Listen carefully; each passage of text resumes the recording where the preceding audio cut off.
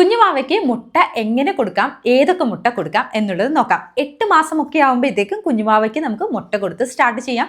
ആദ്യം യെല്ലോ കൊടുത്ത് സ്റ്റാർട്ട് ചെയ്യുക. 4-5 ദിവസം അങ്ങനെ കൊടുത്തതിന് ശേഷം വൈറ്റ് കൊടുക്കാൻ സ്റ്റാർട്ട് ചെയ്യുക. വൈറ്റിനാണ് കൂടുതലായിട്ടും അലർജിക് റിയാക്ഷൻ ഉള്ളത്. അപ്പോൾ അത് കൊടുത്തു കഴിഞ്ഞാൽ 3 ദിവസം നമ്മൾ കൃത്യമായിട്ട് കുഞ്ഞുവാവയെ ഒബ്സർവ് ചെയ്യണം. ഇങ്ങനെ ആദ്യത്തെ ഒരാഴ്ച 2 ആഴ്ച കാലത്തിൽ നമുക്ക് ആഴ്ചയിൽ 3 എഗ്ഗ് വീതമേ കൊടുക്കാൻ സാധിക്കുള്ളൂ. അങ്ങനെ 2 ആഴ്ചയ്ക്ക് ശേഷം കുഞ്ഞുവാവയ്ക്ക് ഡെയിലി ഒരു എഗ്ഗ് വീതം നിങ്ങൾക്ക് കൊടുക്കാവുന്നതാണ്. കോഴിമുട്ട, താറാവ് മുട്ട, കാടമുട്ട ഒക്കെ വാവയ്ക്ക് നിങ്ങൾക്ക് കൊടുക്കാവുന്നതാണ്.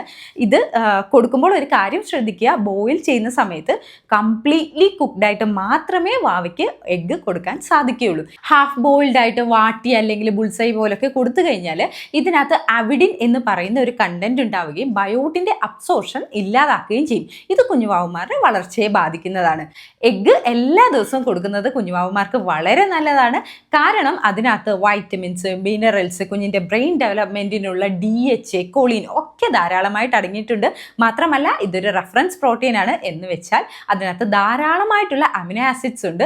മറ്റ് ഏത് പ്രോട്ടീൻ കൊടുക്കുന്നതിനേക്കാട്ടിൽ കൂടുതൽ കുഞ്ഞുവാവന്മാർക്ക് ശരീരത്തേക്ക് അബ്സോർവ് ചെയ്തെടുക്കാൻ പറ്റുന്ന ഫോമിൽ പ്രോട്ടീൻസും മറ്റ് സാധനങ്ങളും ഉള്ളത് എഗ്ഗിലാണ്. മുട്ട കഴിക്കുന്ന കുഞ്ഞുങ്ങൾക്ക് കഫക്കെട്ടൽ കൂടുതൽ ഉണ്ടാകും എന്ന് പറയുന്നത് ഒരു തെറ്റിദ്ധാരണയാണ്. ഓരോ കുഞ്ഞും യുണീക്കാണ്. അതുകൊണ്ട് തന്നെ നിങ്ങളുടെ കുഞ്ഞിന് എഗ്ഗ് കൊണ്ട് എന്തെങ്കിലും ഒരു പ്രശ്നമുണ്ടെങ്കിൽ മാത്രം അത് വേണ്ടെന്ന് വെക്കുക. ഇല്ലെങ്കിൽ കുഞ്ഞുവാവയ്ക്ക് അത് കഴിക്കാവുന്നതാണ്. Thank you.